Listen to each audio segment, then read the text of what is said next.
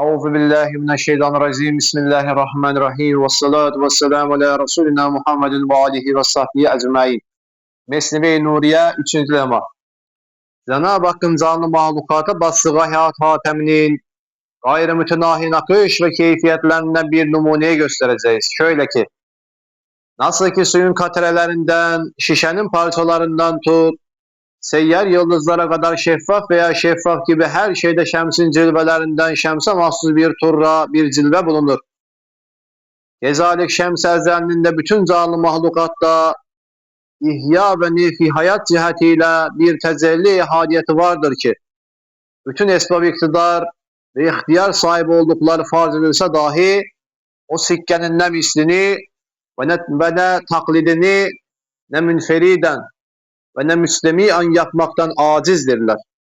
Buna binaen şeffaf şeylerde görünen o timsaller, şemsin timsali olup, şemsten o şeffaf şeylere inikas etmiş olduklarına hükmedilmediği takdirde, o sayısız katrelerde ve zerrelerde her birisinde hakkı bir şemsin maddesiyle mevcut bulunduğuna hükmetmek lazım gelir.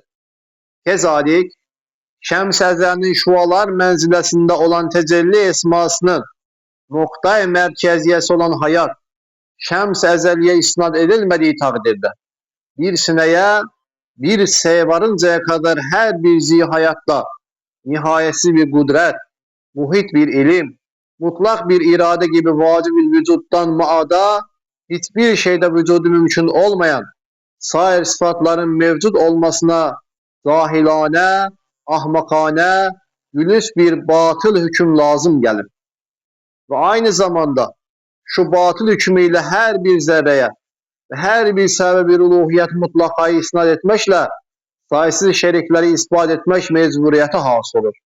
Mahaza, tohum olacak bir habbe veya bir çekirdekteki garip, acip, muntazam vaziyete bakınız ki, o habbe, tohum olacak cismin bütün eczasıyla münasebetler olduğu gibi, neviyle yani ibn-i cinsiyle de ve bütün mevzular ile de münasebetler vardır.